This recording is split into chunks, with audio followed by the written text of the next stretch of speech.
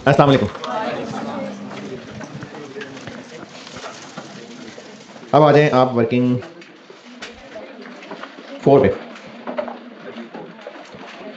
Working 4।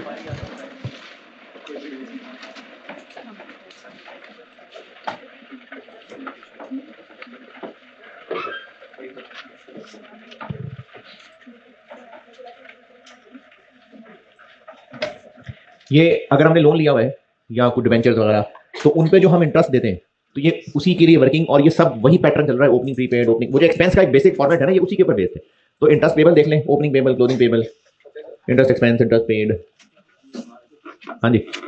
अच्छा, इसी तरह से आइए अब आप वर्किंग देखिए 14। लोन,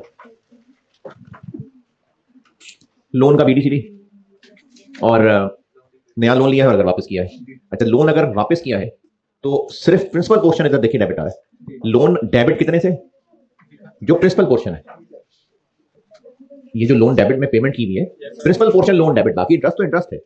और ये मैंने साथ ब्रैकेट में करंट नॉन करंट क्या लिखा हुआ? बैलेंस शीट बनाते हुए हम तो सिर्फ प्रेजेंट करते हुए लोन को दो टुकड़े में तोड़ देते हैं, असल में तो पूरा लोन ही है। तो अगर सवाल में बैलेंस शीट है और बीडीसीडी तोड़ के लिया हुआ है, तो इधर वर्किंग में हमें इसको मिला के लिखना है। चलिए सवाल लिखें। Balances at start of year, balances at start of year. Bank loan, bank loan 150 million, 150 million. और interest payable, interest payable 11 million, 11 million. Balances at end of year, balances at end of year. Bank loan 290 million, 290।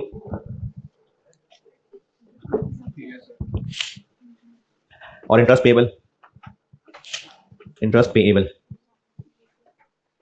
17 million, 17 million. ये हो गए BDCD. उसके बाद लिखें interest expense for the year, interest expense for the year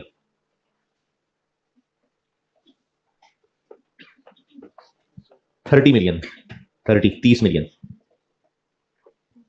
total loan repayments, total loan repayments made during the year, total loan repayments, और उसके साथ bracket में लिखें including interest. Total loan repayments during the year, और bracket में लिखिए including interest 80 million, 80 million. यानी total loan repayment 80 million है, 80। रिक्वायर्ड है आपसे कि ड्यूरिंग द ईयर नया लोन कितना लिया है।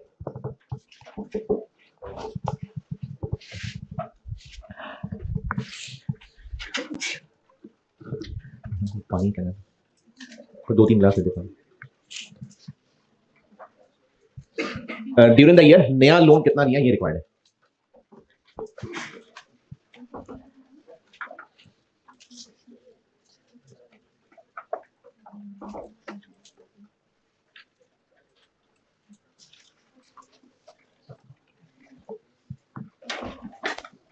तीन साल।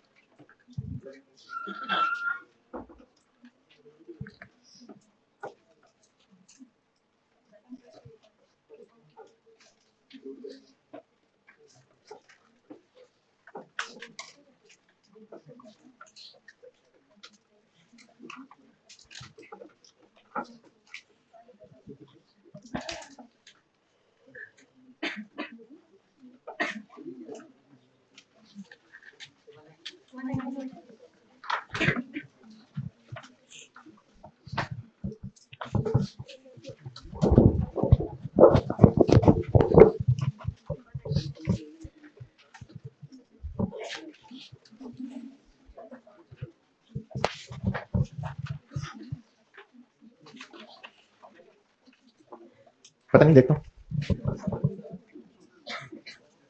बीडी कितना। 150, CD 290, और जो लोन वापस किया है वो 80 तो नहीं है, हमने तो प्रिंसिपल लिखना है, तो 80 में से माइनस कर देते हैं इंटरेस्ट पेड। एक्सपेंस क्यों नहीं, लोन रीपेमेंट्स हैं, तो इसमें इंटरेस्ट भी तो वही शामिल है जो इंटरेस्ट पे किया है, तो उसके लिए आपको पहले इंटरेस्ट पेड निकालना पड़ेगा। ओपनिंग पेएबल, क्लोजिंग और एक्सपेंस 2 4, ये यहां से लेस होगा, तो नया लोन आ जाएगा 196। हाँ भाई, सबसे बड़ा सोखा सोखा हो गया यार, ये कैश फ्लो की वर्किंग है, ये सवाल की वर्किंग है जो आप लोग कर रहे होंगे।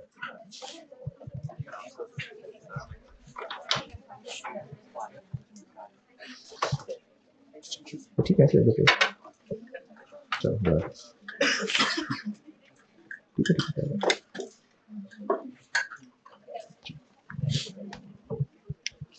हाँ जी, चलें अब आप थोड़ी सी नजरें उठाएं, लोन से ऊपर वाली वर्किंग देखें, वर्किंग 13,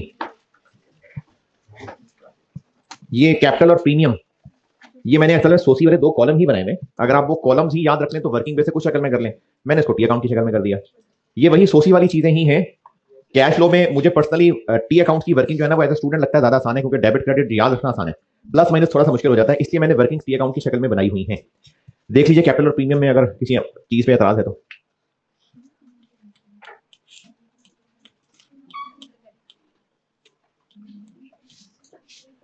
हाँ जी, कैपिटल और प्रीमियम, चलिए सवाल लिखें। Balances at start of year,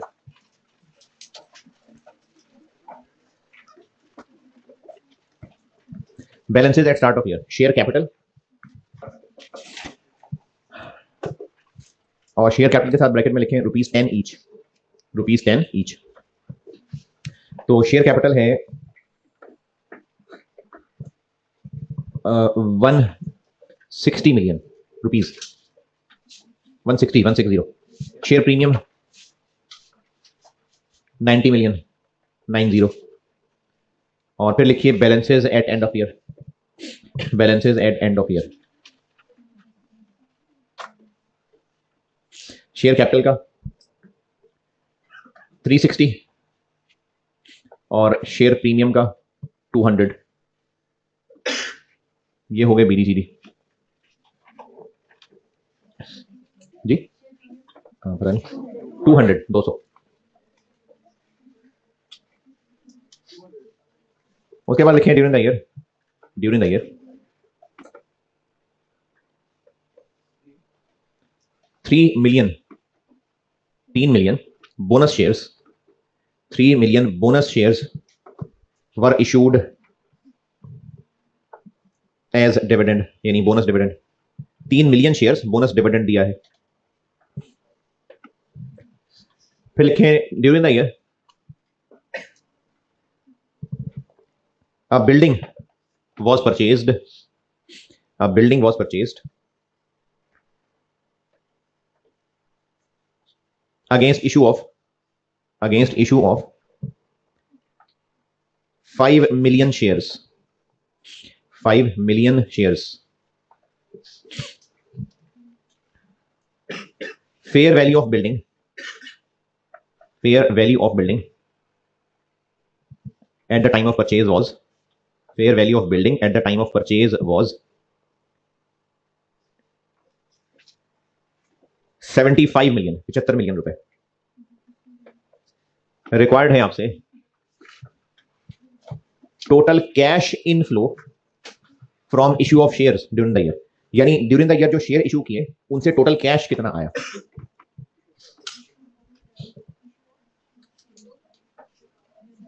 during the year जो शेयर इशू हुए हैं कैश के अगेंस्ट, तो टोटल कैश कितना आया। रिक्वायर्ड है total cash inflow from issue of shares during the year.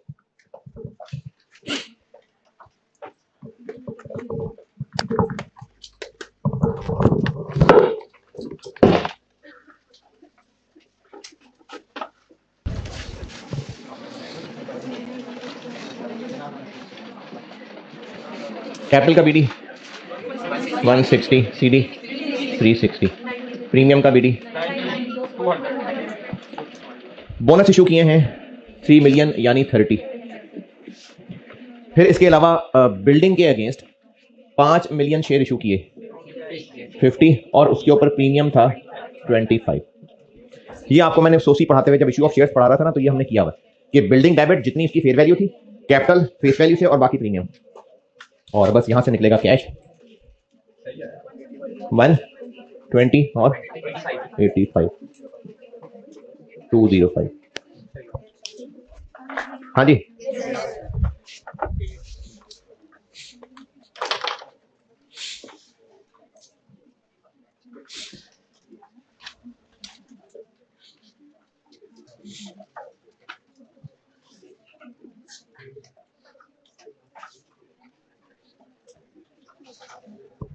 अच्छा और क्या क्या रह गई हैं बाकी? बस ऐसी बस इतनी प्रैक्टिस बहुत है। कैश फ्लो पे आते हैं।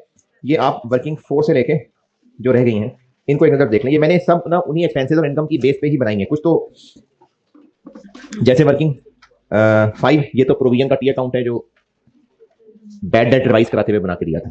Opening, closing, right of, bad debt expense.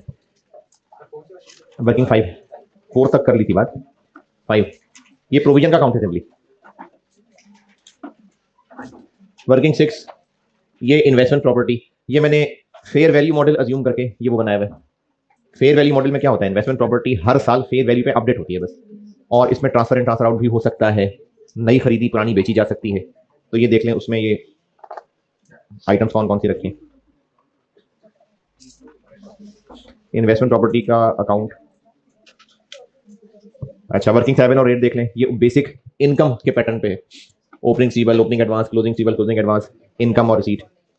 Working 7 working 8 दोनों उसी पैटर्न पे हैं। एडवांस बेशक यहां नहीं लिखा क्योंकि डिविडेंड भी कोई एडवांस नहीं होता और इंटरेस्ट भी कोई एडवांस नहीं होता, तो रिसीवेबल ही लिखा हुआ है। वर्किंग 7 8। वर्किंग 9 भी देख लें। गवर्नमेंट ग्रांट,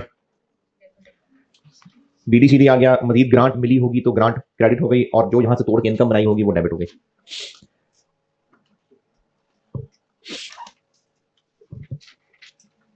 अच्छा अब इन सब का क्या ताल्लुक है, ये सब क्या कर रहे थे? अब आते कैश फ्लो स्टेटमेंट होती क्या है।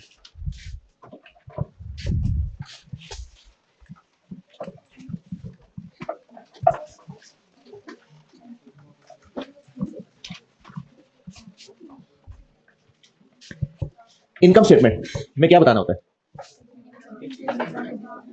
इनकम्स और एक्सपेंसेस फॉर द ईयर। हाँ फॉर्मेट है उसका, वरना इनकम स्टेटमेंट में ये भी हो सकता था कि टोटल इनकम, टोटल एक्सपेंसेस, लेकिन फॉर्मेट क्या है, ग्रॉस प्रॉफिट अलग जानना होता है, तो बस एक फॉर्मेट है। इसी तरह से एसओएफपी में क्या बताया जा रहा होता है, एसेट्स लायबिलिटीज इक्विटी, कब की, ईयर एंड। तो टोटल एसेट्स बता देते बस, करंट नॉन करंट की क्या जरूरत थी।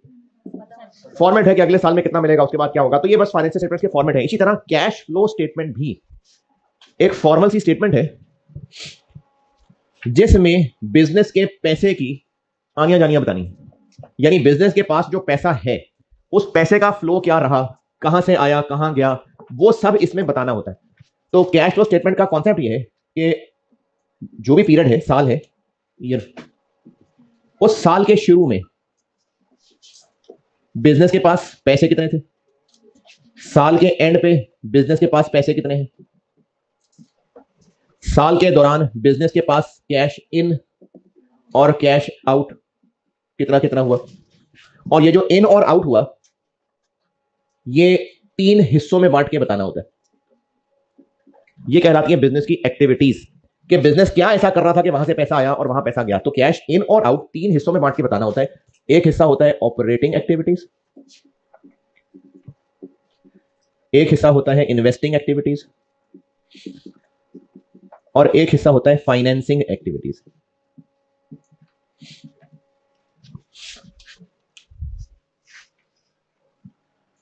ये 3 हिस्से हैं बिजनेस की सारी एक्टिविटीज को बांटने के लिए। तो कैश फ्लो स्टेटमेंट एक स्टेटमेंट है जिसका कॉन्सेप्ट यह है कि उसमें बताया जाएगा कि पूरे साल के शुरू में कितना पैसा था, साल के एंड पे कितना पैसा है, साल के दौरान कितना पैसा इन हुआ, कितना पैसा आउट हुआ, और ये जो इन फ्लो और आउटफ्लो है ये इन 3 हेडिंग्स में बांट के बताना होता है। ऑपरेटिंग एक्टिविटीज, इन्वेस्टिंग एक्टिविटीज और फाइनेंसिंग एक्टिविटीज। ऑपरेटिंग एक्टिविटीज क्या लगता है नाम से, जो बिजनेस के ऑपरेशंस हैं उनसे आने वाला पैसा, यानी कस्टमर से आने वाला पैसा और उनमें जाने वाला पैसा। सप्लायर्स को सैलरीज पे करनी है, बिल्स पे करनी है, ये सारे ऑपरेटिंग एक्टिविटीज के कैश फ्लोज हैं। यानी ऑपरेटिंग एक्टिविटीज में शामिल हैं relating to incomes and expenses.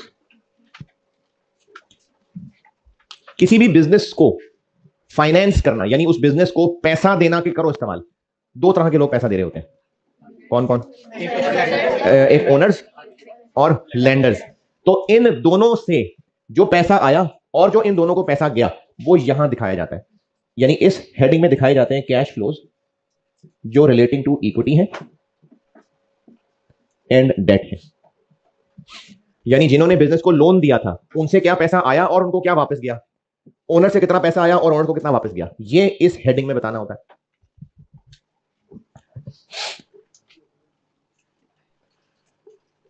इसके अलावा कौन सा पैसा रह गया? इनकम एक्सपेंसेस आना जाना हो गया, ओनर्स डेट आना जाना, इन्वेस्टमेंट, जनरल पब्लिक, एनपीओ खत्म हो गया है, पीपी खरीदना किधर है? इनमें है?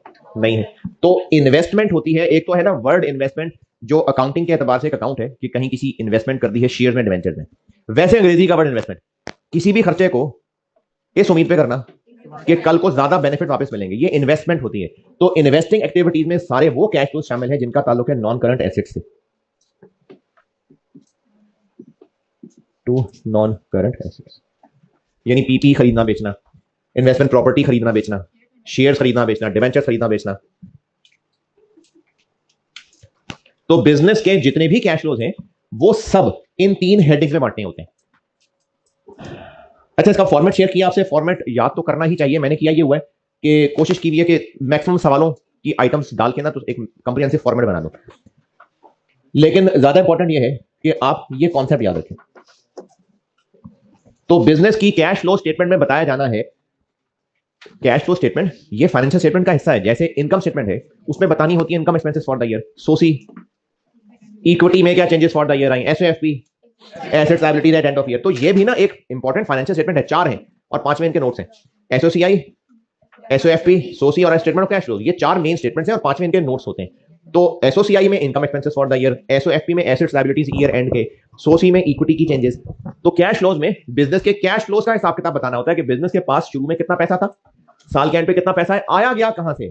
तो वो जो कहां से है कैश फ्लो, वो इन तीन हेडिंग्स में बांट के बताना होता है। यहां तक ये जो वर्ड मैंने यहां कैश लिखा है ना, वो तो इस कैश की वजह से मैंने कैश लिखा है, वरना इससे मुराद सिर्फ फिजिकल कैश पड़ा हुआ नहीं है। अगर बिजनेस को कस्टमर्स पैसा दे रहे हैं तो ये एक बिजनेस में कैश इनफ्लो है।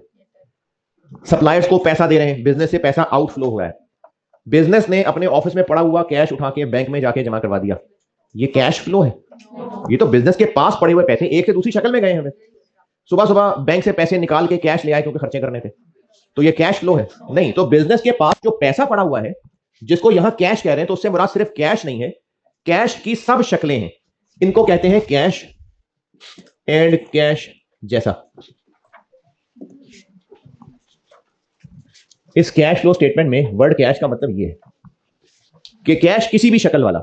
अब वो कैश किसी भी शक्ल वाला क्या हो सकता है? कैश हो सकता है, बैंक नहीं, रिसीवर नहीं, रिसीवर ऐसे नहीं है, नहीं, वो तो कल को कोई भी चीज बेच के पैसा तो ले सकता है। कैश वो है जो कैश ही कहलाएगा, हमारे पैसे हमारी जेब में पड़े हैं, बैंक में रखे हुए हैं, तो वो कैश है।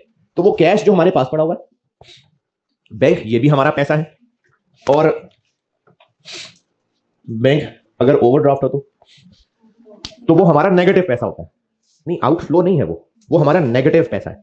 यानी अगर साल की, अच्छा चले मैं पहले ये लिस्ट पूरी कर लूं फिर वैल्यूज लेके बताता हूं। और तीसरी शक्ल हो सकती है, उनको ट्रेजरी बिल्स कहते हैं, लेकिन ट्रेजरी बिल्स तो एक मिसाल है, आप वर्ड उसके लिए याद रख लीजिए, short term investment, short term investment. और आपके लेवल पे इसकी मिसाल आप जैसे प्राइस बॉन्ड्स नहीं लोगों ने रखे होते हैं, तो वो भी तो कैश ही है, तो आप उनको कह सकते हैं। ये इनकी आपको सवालों में ना ये शक्ल भी मिल सकती है, treasury bills, treasury bills, treasury notes, ये होते हैं cash and cash equivalents. Prepaid, देखें जो हमारा पैसा है ना जो पैसा कैश की करेंसी नोट्स की शक्ल में पड़ा हुआ है। अच्छा, अगर किसी को बताने मेरे पास इतने पैसे हैं, तो उससे मुराद सिर्फ जेब में पड़े हुए पैसे नहीं है, अगर बैंक अकाउंट में पड़े हुए हैं तो वो भी पैसे ही हैं। किसी से लेने हैं तो वो नहीं है पैसे। पैसे वो जो मौजूद हैं, जेब में मौजूद हैं या बैंक अकाउंट में मौजूद हैं या प्राइस बॉन्ड्स की शक्ल में रखे हुए हैं, ये होता है बस पैसा। तो ट्रेजरी बिल जो है ना, ये भी पैसे की शक्ल ही की एक चीज होती है। तो आपको ये नाम ट्रेजरी बिल सवालों में मिल सकता है।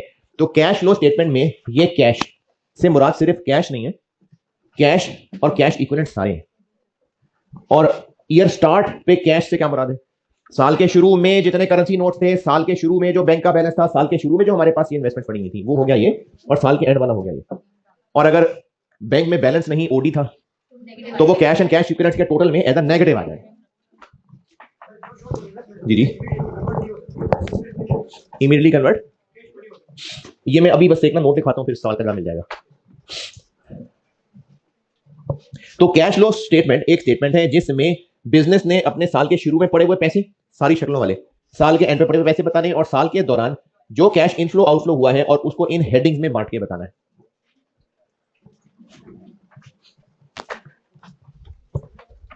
यहां तक लिखा तो एक नोट लिखें।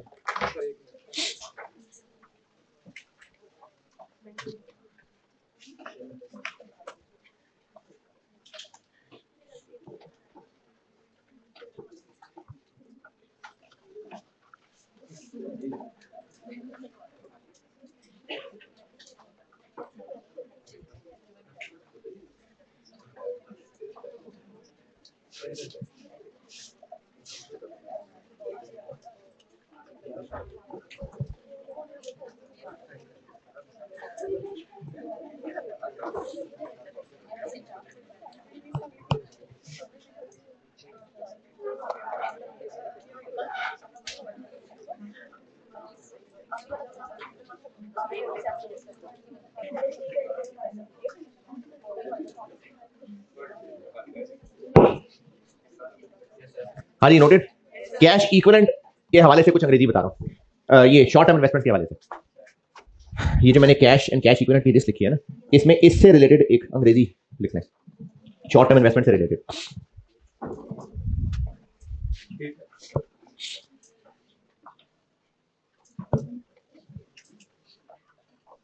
These are highly liquid investments. ये जो शॉर्ट टर्म इन्वेस्टमेंट बताया ना, इसी के लिए एक अंग्रेजी लिख ले, इसी के साथ ब्रैकेट में डब्बे में जैसे मर्जी लिख ले। These are highly liquid investments.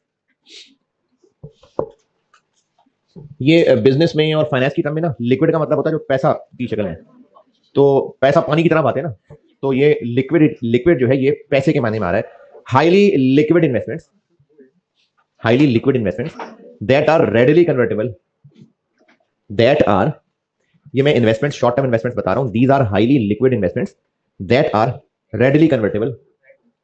Ready, ये क्या है? रेडी का मतलब पता है? रेडिली, फौरन से, readily convertible into known amount of cash. Known, know क्या मतलब? जानना।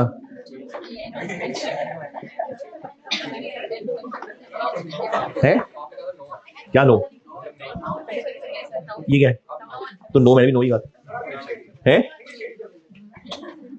ये नहीं, अकाउंटिंग पढ़ाना छोड़ दो सर, आप ही छोड़ें अकाउंटिंग पढ़ाना। आप known, known amount of cash, यानी ये वो इन्वेस्टमेंट्स हैं जो फॉरेन कैश में कन्वर्ट हो सकती हैं।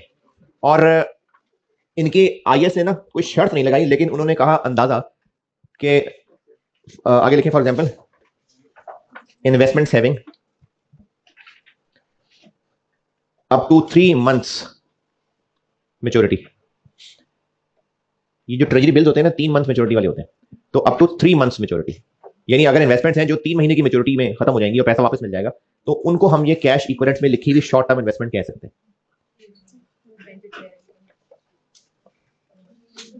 हाँ जी, यहां तक लिखा। अच्छा, आप अपने अल्फाज में अपने आप को बता दें कि ये जो इन्वेस्टमेंट इन शेयर्स है, इन्वेस्टमेंट इन डिवेंचर्स है, वो ये नहीं है। इन्वेस्टमेंट इन शेयर्स, इन्वेस्टमेंट इन डिवेंचर्स, वो ये नहीं होता।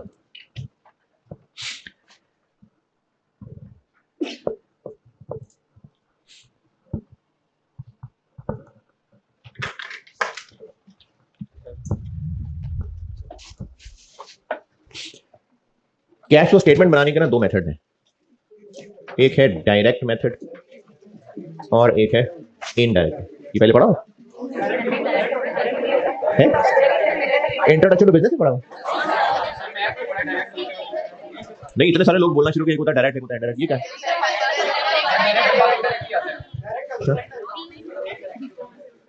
नहीं, मैंने डायरेक्ट बोल दिया हुआ था। अच्छा अच्छा अच्छा, मेरा ख्याल था क्या डायरेक्ट भी पब्लिक से ही आवाजें आई हैं। ओके ओके, ठीक है, फिर तो ठीक है। डायरेक्ट इनडायरेक्ट, ये दो तरीके हैं, डायरेक्ट मेथड और indirect method. Cash flow statement का जो फॉर्मेट है ना, वो फॉर्मेट बनाने के दो मेथड हैं, और एग्जाम क्वेश्चन बताएगा कौन सा मेथड है। अगर नहीं बता रहा तो हम इनडायरेक्ट से करेंगे।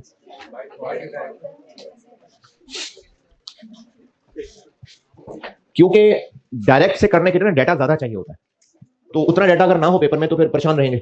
तो इसलिए इनडायरेक्ट मेथड आप रेफरेंस रखें। अगर क्वेश्चन में खुद कहा है डायरेक्ट मेथड या इनडायरेक्ट मेथड, तो फिर तो जो कहा है वो करना है। लेकिन अगर खामोशी है तो इनडायरेक्ट मेथड, क्योंकि उसके लिए डाटा ज्यादा चाहिए होता है। तो डायरेक्ट मेथड करना शुरू बैठ जाएगा और डाटा नहीं मिलेगा, तो इसलिए बाय डिफॉल्ट इनडायरेक्ट।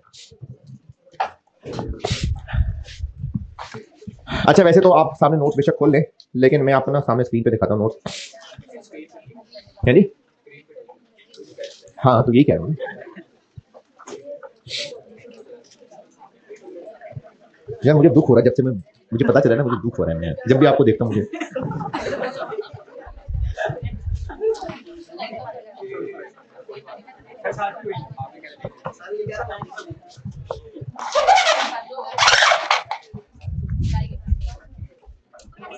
भाई बहुत है, बहुत है, बहुत है, बहुत है।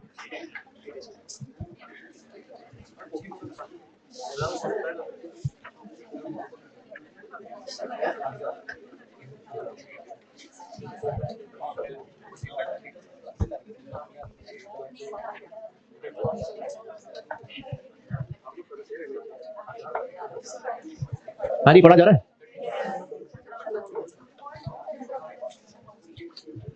अच्छा, अगर ये वर्ड नहीं भी पढ़े, वैसे तो पढ़े जा रहे हैं।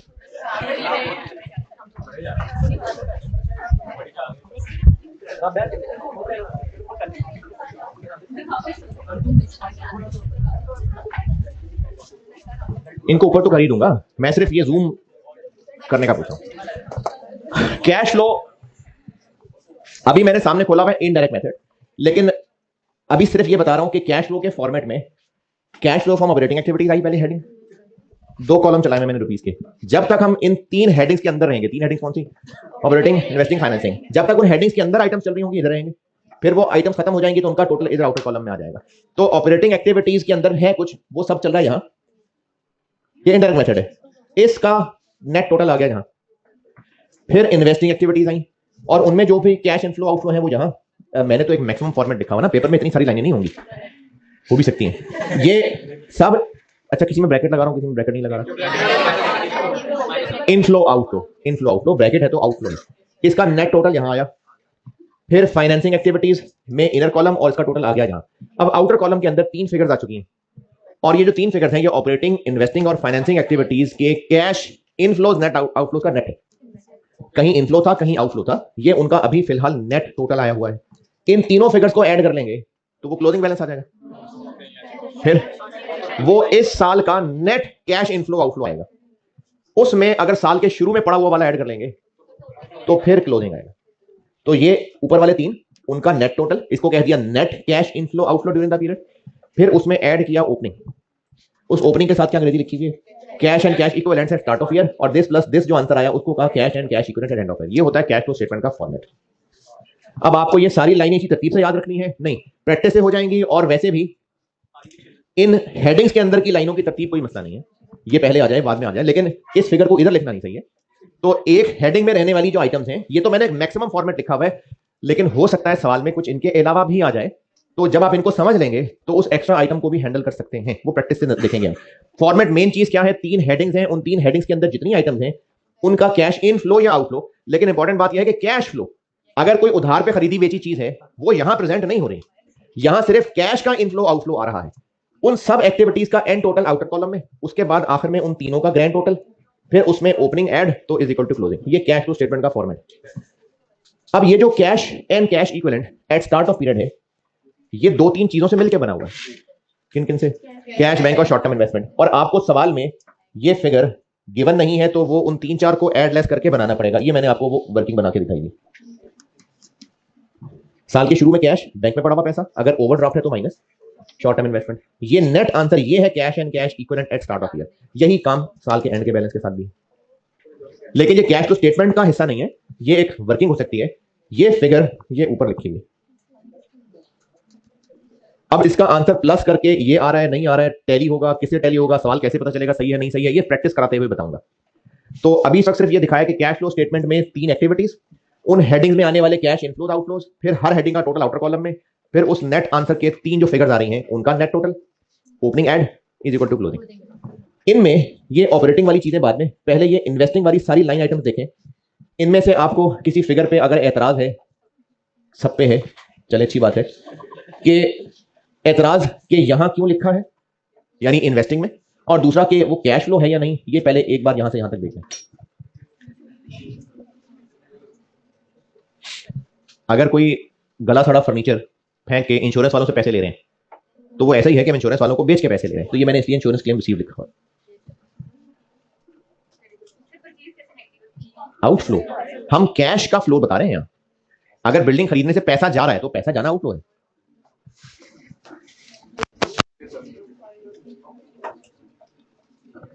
ये सारा तो नहीं, ओके, एक आधा तो मसला होना चाहिए। रेहान, ये मुझे ये फारिग होगी बैटरी जी। ये जो ये बेटे ये जो पॉजिटिव नेगेटिव है ना, ये कैश के एतबार से कैश फ्लो स्टेटमेंट है। यानी अगर हम परचेज ऑफ पीपी लिख रहे हैं तो आप समझ रहे हैं कि पीपी तो हमारे पास आ रहा है, कैश तो जा रहा है ना, ये कैश फ्लो है। तो पीपी खरीदने बेचने पे पैसा आ जाएगा, ये वो लाइनें हैं। इन्वेस्टमेंट प्रॉपर्टी खरीदने बेचने पे आएगा। Expenditure on capital work in progress का मतलब है कि जो इस साल में बिल्डिंग कंस्ट्रक्शन पे और खर्च किया, ये वो कैश आउटफ्लो है। लॉन्ग टर्म डिपॉजिट, हमने डिपॉजिट मजीद रखवा दिए, गैस का कनेक्शन लिया था, एसएनजीपीएल के पास सिक्योरिटी डिपॉजिट रखवा दिया, किसी सप्लायर से उधार पे काम शुरू करना था, उसके पास सिक्योरिटी डिपॉजिट रखवा दिया, कोई बिल्डिंग किराए पे लेनी थी, सिक्योरिटी डिपॉजिट रखवा दिया, ये वो आउटफ्लो। ये इस अजम्पशन पे मैंने इस फॉर्मेट में लिखी है कि ग्रांट रिलेटेड टू एसेट की बात कर रहा हूं मैं। तो उस ग्रांट का पैसा आया होगा वो इनफ्लो है, जाएगा वो आउटफ्लो। और इन्वेस्टमेंट इन शेयर्स, इन्वेस्टमेंट इन डिवेंचर्स, नई खरीदेंगे तो पैसा आउटफ्लो होगा, पुरानी बेचेंगे तो पैसा इनफ्लो होगा। अब बताएं इसमें से और क्या पूछें। ये सब इन्वेस्टिंग एक्टिविटीज में ही आनी बनती हैं, इस पे कोई एतराज? और इन आइटम्स को यहां लिखा ही क्यों है, ये कैश फ्लो है, इस पे कोई एतराज? इस पे एतराज क्या है? इन्वेस्टिंग ऐसे, मैंने कहा मैंने ना इस असम्पशन पे लिखी हुई है कि ये ग्रांट रिलेटेड टू एसेट है, तो एसेट खरीदते हुए जो पैसा जा रहा है आउटफ्लो, और जो गवर्नमेंट से इसी काम के लिए पैसा आया था तो वो इसी में इनफ्लो आएगा ना फिर, तो फिर वो उधर ऑपरेटिंग में। इन्वेस्टिंग जी नहीं, हमने अगर किसी के डिवेंचर और शेयर खरीदे में तो हमारी इन्वेस्टमेंट है ना वो, हम एज एन इन्वेस्टर किसी कंपनी में पैसा लगा रहे हैं तो वो हमारी इन्वेस्टमेंट है, तो वो कैश फ्लो है। नहीं, परचेज किया था वो ये है। अब आप जिस ट्रांजेक्शन का पूछ रहे हैं वो इन्वेस्टमेंट प्रॉपर्टी और पीपी आपस में डेबिट क्रेडिट हो रहा है, इसमें कैश फ्लो किधर है? वो यहां नहीं आएगा। अच्छा, ये उधार पे बिल्डिंग खरीदी है, वो यहां लिखेंगे? नहीं, ये कैश का इनफ्लो आउटफ्लो है, पे किया है, वो यहां आएगा जी। देखो पूछ क्या रहे हो, जो अब ट्रांसफर कर रहे हैं वो, या जब परचेज किया था वो? एंट्री बनाओ, उसकी क्या बनेगी? कैश किधर है इसमें? नहीं है ना, तो हमने ये बताने हैं सारे कैश फ्लो।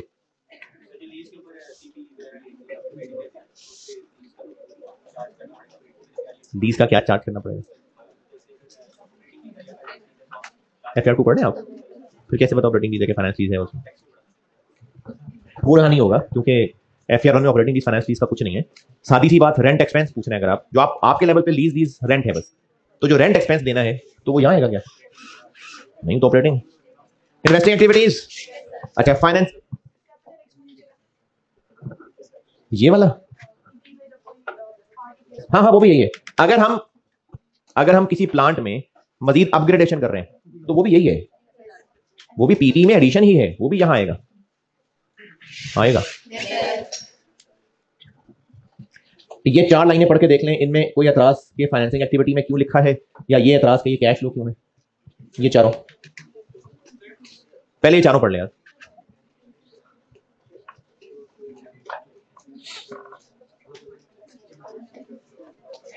हाँ जी, इसमें एक सवाल जरूर बनता है कि इंटरेस्ट पेड यहां क्यों नहीं लिखा? जब डिविडेंड पेड लिखा है तो इंटरेस्ट पेड क्यों नहीं लिखा? इसका जवाब अभी देता हूं थोड़ी देर तक। इंटरेस्ट पेड के अलावा इन 4 लाइनों में एतराज, इंटरेस्ट पेड के अलावा इन 4 लाइनों में एतराज है जी। शेयर इशू किए, पैसा इनफ्लो हुआ, ये वो है। ये बोनस शेयर इशू किए हैं, वो भी यहां आ रहा होगा नहीं। डिविडेंड पे किया या डिक्लेयर किया? पे किया, पे। नया लोन लिया है, प्रोसीड्स का मतलब तो पैसे मिलना, तो नया लोन लिया है उसके पैसे आए हैं, पुराना वापस किया उसके पैसे गए। इन 4 लाइनों में ये एतराज के फाइनेंसिंग में क्यों लिखा और ये एतराज के ये कैश फ्लो क्यों है? हाँ जी, अब बताइए। ऑपरेटिंग मैंने भी देखी, दिखाई नहीं तो फिर हाँ जी बताएं जी।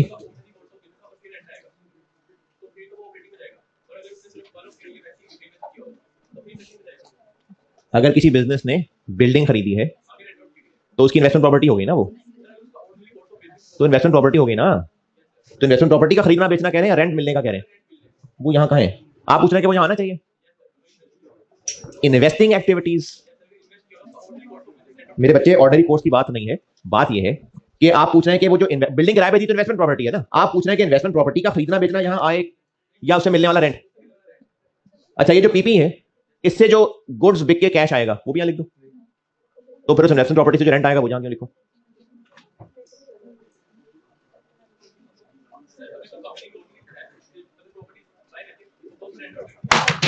हाँ जी हाँ जी हाँ जी, इन्वेस्टमेंट प्रॉपर्टी होगी ना उसकी वो। हाँ, अब बताएं, उससे जो रेंट इनकम आएगी वो आप कह रहे हैं यहां आनी चाहिए, तो फिर जो बिजनेस का ऑर्डिनरी कोर्स है कि प्लांट से गुड्स बना के बेचता है, तो फिर उन गुड्स का बेचना भी यही आना चाहिए, तो फिर रेंट इनकम क्यों आनी चाहिए? उन एसेट्स के खरीदने बेचने का जो कैश इनफ्लो आउटफ्लो है वो यहां है। उन एसेट्स को हम यूज करके, अब जैसे बिल्डिंग को रिपेयर कराएंगे उसका खर्चा, वो एक्सपेंस से रिलेटेड है ना, तो यहां पर सिर्फ इन एसेट्स के खरीदने बेचने वाला कैश इनफ्लो आउटफ्लो आ रहा है। इन्वेस्टिंग और फाइनेंसिंग और ऑपरेटिंग में सिर्फ यहां से नीचे ये 4 लाइनें देखें। Tax paid, interest paid, dividend received, interest received, इन पे ये एतराज के ये कैश फ्लो क्यों है? टैक्स पेड,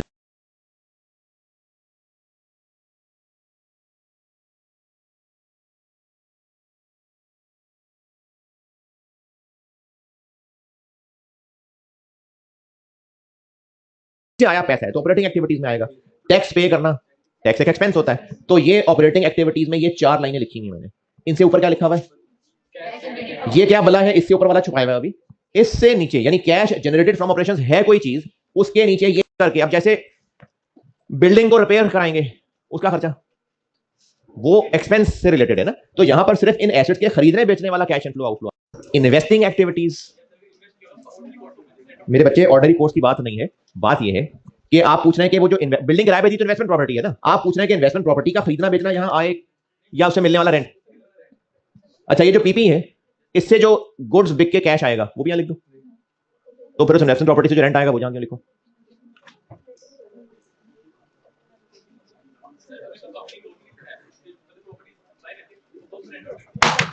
हाँ जी हाँ जी हाँ जी, इन्वेस्टमेंट प्रॉपर्टी होगी ना उसकी वो।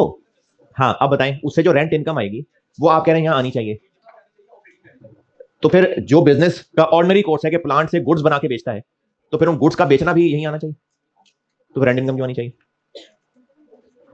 उन एसेट्स के खरीदने बेचने का जो कैश इनफ्लो आउटफ्लो है वो यहां है।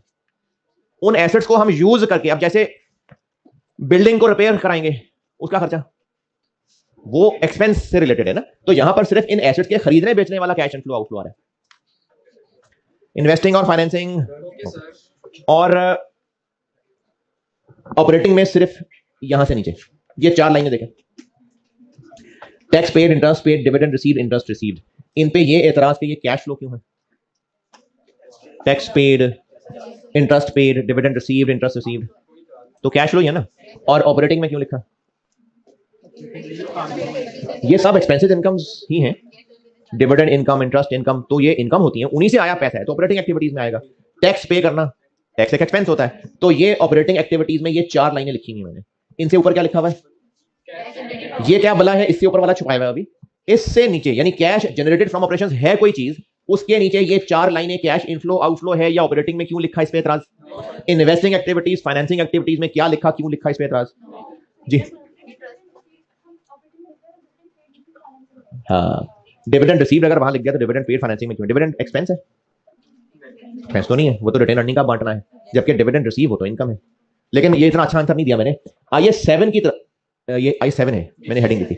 IS 7 की तरफ से ना 4 चीजों को लेके 2 इजाजतें हैं। यानी IS 7 ने अलाउ किया हुआ है कि कंपनी की मर्जी कि इन्वेस्टर बन के, इन्वेस्टर जो आपकी इन्वेस्टमेंट से आपको रिटर्न मिल रहा है लाइक इंटरेस्ट, आप लेंडर बन के सोचें या ओनर बन के सोचें, लेंडर जिसने लोन दिया हुआ है, ओनर जिसने शेयर खरीदे हुए, उनको जो अपनी इन्वेस्टमेंट पे पैसा मिल रहा है यानी इंटरेस्ट रिसीव्ड और डिविडेंड रिसीव्ड, और कंपनी बन के सोचें जो अपने इन्वेस्टर्स को पैसा दे रही है। इस कंपनी ने कहीं इन्वेस्ट किया हुआ है, ओनर बन के या लेंडर बन के, वहां से जो पैसा मिल रहा है, और यही कंपनी अपने इन्वेस्टर्स को जो पैसा दे रही है, ये और ये शेयर होल्डर्स से रिलेटेड है ना। ये वो है, हम जिस कंपनी की कैश फ्लो बना रहे हैं वो कहीं इन्वेस्ट किए हुए हैं जागे जागे, और ये जो ये कंपनी अपने ओनर्स को पे कर रही है, ये दोनों ये डिवेंचर बैंक लोन वगैरह से रिलेटेड है। यहां पर हम इन्वेस्टर हैं, यहां पर हम बोरोअर हैं। तो ये जो 4 चीजें हैं ना, इनके हवाले से IS की तरफ से 2 ऑप्शंस अलाउड हैं। ये जो रिसीव्ड वाली 2 चीजें हैं, कंपनी की मर्जी कि चाहे ऑपरेटिंग में लिखे चाहे इन्वेस्टिंग में, और ये जो पेड वाली दोनों चीजें हैं, कंपनी की मर्जी चाहे ऑपरेटिंग में लिखे चाहे फाइनेंसिंग में। डिविडेंड पेड ज्यादा प्रैक्टिस फाइनेंसिंग में लिखने की है, इसलिए मैंने वो फाइनेंसिंग में लिख दिया, वो है ही ज्यादा फाइनेंसिंग में। बाकी जो तीनों हैं वो आप इन जगह पर याद रख सकते हैं, लेकिन एक ही जगह इसलिए लिख दिया मैंने कि याद करना आसान है कि एक ही जगह। तो डिविडेंड पेड फाइनेंसिंग में, बाकी 3 ऑपरेटिंग में याद रखिए, अदरवाइज IS की तरफ से इजाजत। आप डिविडेंड रिसीव्ड और इंटरेस्ट रिसीव्ड दोनों को एक जगह कर लें, चाहे दोनों को अलग अलग कर लें, अलाउड।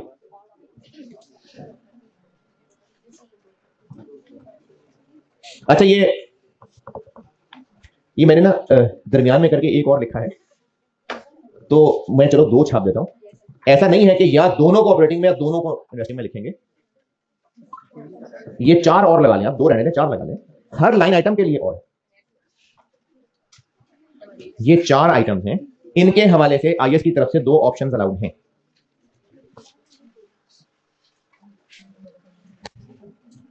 और बस थोड़ी सी जुबानी डिस्कशन और फिर ब्रेक करके, नहीं ब्रेक नहीं, चले जिसने जाना चले जाना।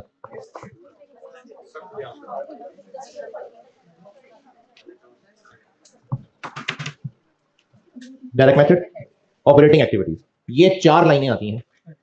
इन 4 लाइनों की वो अंग्रेजी देख लें, ये एतराज के ये ऑपरेटिंग में क्यों है, और ये एतराज के ये कैश फ्लो क्यों है।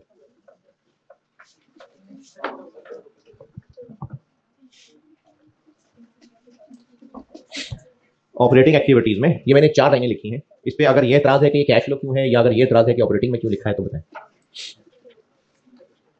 हाँ जी, वो मिसाल लिखी है ना, रेंट अगर मिल रहा है तो, कोई स्क्रैप बेच दिया वो उससे पैसे मिल रहे हैं। हाँ जी, इन 4 लाइनों का जो टोटल आएगा वो कहलाता है कैश जनरेटेड फ्रॉम ऑपरेशंस। हिस्सा है, फॉर्मेट का हिस्सा है। इन 4 लाइनों को लिख के उसका टोटल किया जाता है, उसको कहते हैं कैश जनरेटेड फ्रॉम ऑपरेशंस। और इसके बाद सब वही है जो इनडायरेक्ट मेथड, यानी डायरेक्ट और इनडायरेक्ट मेथड में कैश जनरेटेड से ऊपर का फर्क है। डायरेक्ट मेथड में ऊपर ये 4 लाइनें हैं, और इनडायरेक्ट मेथड में कई 4 लाइनें हैं। ये है ऑपरेशंस, ये इनडायरेक्ट मेथड। तो इनडायरेक्ट मेथड में ये सारी लाइनों के बाद जो आंसर आ रहा है cash generated from operations. Direct method में यही फिगर उन 4 लाइनों से आ जाएगी, और यहां दोनों का फॉर्मेट ऑन वर्ड सेम है, इसलिए मैंने डायरेक्ट मेथड में ये सब दोबारा नहीं छापा। तो डायरेक्ट मेथड में ये 4 लाइनें, इनका टोटल, और उसके नीचे वही जो पहले इनडायरेक्ट में दिखा दिया। अब सवाल में होगा क्या, सवाल में आपको वो लाइट ऑन कर दो, सवाल में लेक्चर 110 में कराता हूं, अभी सिर्फ इतनी बात सुन ले। पहले मैं करने लगा हूं डायरेक्ट मेथड, पहले डायरेक्ट मेथड कर रहा हूं। क्वेश्चन में गिवन होंगी। एक नॉर्मल सवाल की बात कर रहा हूं, 2 एसओएफपीस और एक एसओसीआई, और उसके अलावा जरूरी अंग्रेजी की बातें।